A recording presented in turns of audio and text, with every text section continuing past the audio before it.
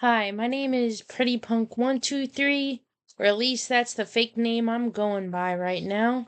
Um, I'm going to be reading a story from the book titled Chicken Soup for the Soul: Recovering from Traumatic Brain Injuries, 101 Stories of Hope, Healing, and Hard Work by Amy Newmark and Dr. Carolyn Roy Bornstein, forward by Lee Woodruff. I am on page 21 and I will read up until page 24 of the story in the Chicken Noodle Soup book titled Invisible Bruise. And they have a quote, a Chinese proverb that says, "Better to light a candle than to curse the darkness." Note to the listener: I, the speaker, do not necessarily agree with any or all things I will say.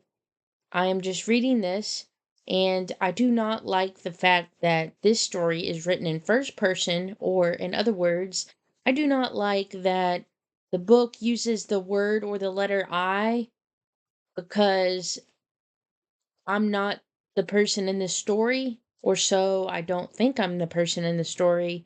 It does have a name of a person named Melissa, and it kind of doesn't really give that much detail. It's a really short story.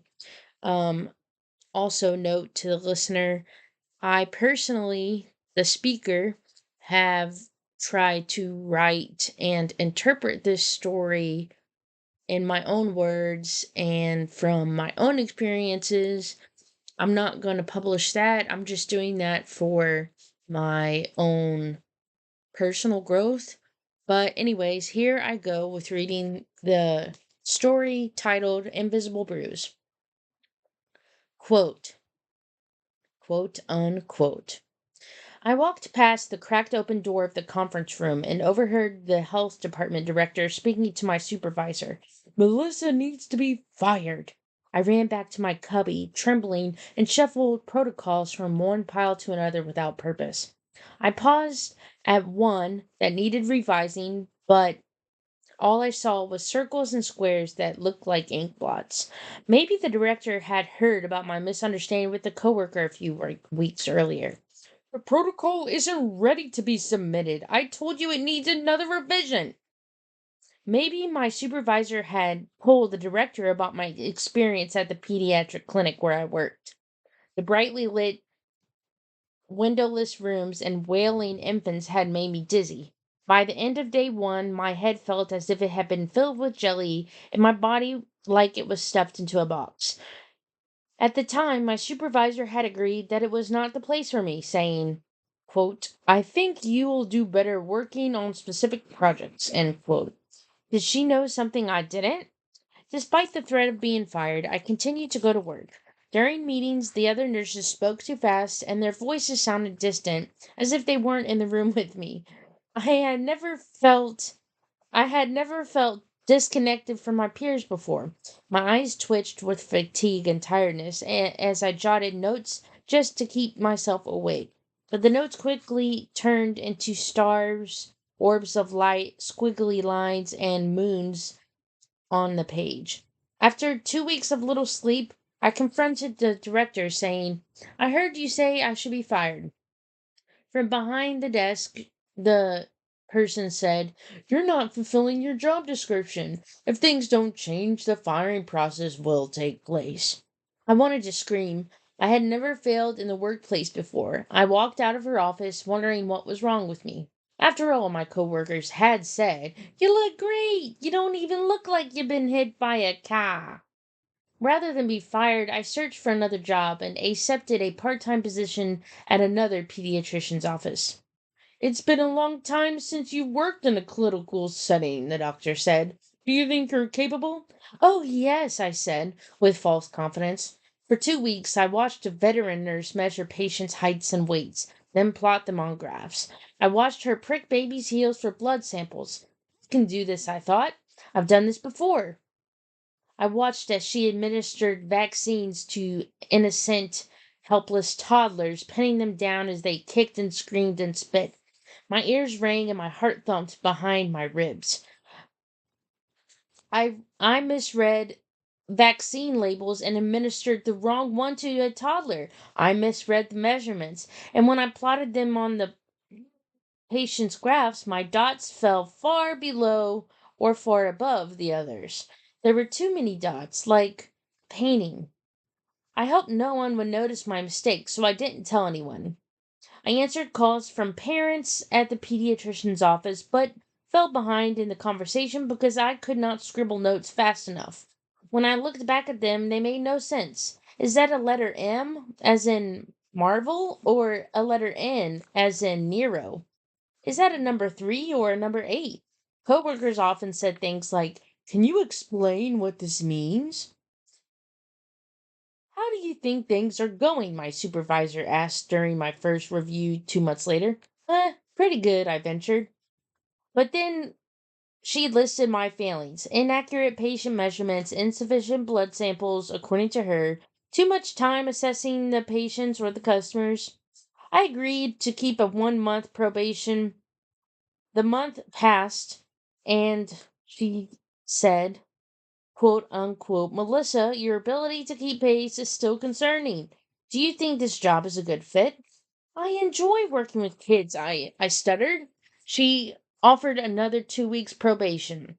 The same day, I had to re-administer an eye exam to a 3-year-old, because the first time I had used flashcards designed for an older adult. During the next review, the pediatrician met with me, saying, "Parents are dissatisfied with your injection techniques," he said, slapping his palm or hand against the desk. "Calls aren't being returned, and you continually use wrong forms to document baby's feeding history." Another slap on the table with his hand. "Have you had problems in the workplace before?" "No, never." I didn't want to tell him about the health department. When he offered me another chance with reduced work responsibilities and reduced pay, I said I'd think about it. I was ashamed to accept the pay cut.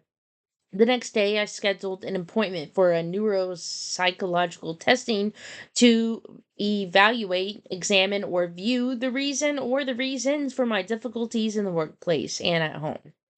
I spent an entire day in the neuropsychologist's office where he tested my attention span, memory, language skills, and executive function. That is to say, the ability to engage in complex thinking. He showed me a photograph and asked me to name it. I twisted my lips, chewed on them. The word was so close. Sf, he hinted. "Oh, Sphinx!" I yelled. He asked me to draw a simple diagram from memory, but the pencil tip grated against the page, making random lines and obtuse angles. He then asked me to recite words beginning with the letter T. I said things like top, tired, toy, trumpet. "Time's up," he said, and clicked the stopwatch.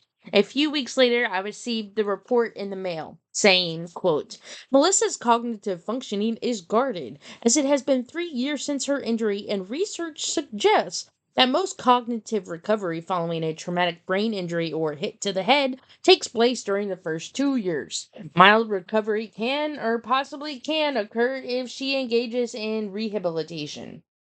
End quote. I crumbled the report into a ball and threw it across the room. I caught a whiff of the roses on the dining room table and realized I was actually relieved. I uncrumbled the reports. Finally, I knew why I moved slowly, why bright lights made me dizzy, and why I misread labels. The neuropsychologist referred me to a cognitive therapist. She explained that the parts of the brain cells called axons were likely damaged, resulting in a disruption in communication between neurons. The reason for my unusual fatigue and difficulty with multitasking and concentration.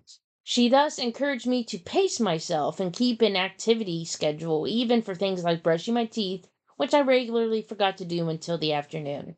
She introduced me to the name game where you repeat a person's name back to them when you first meet them. Like, for example, "Hi, Margaret. It's nice to meet you, Margaret."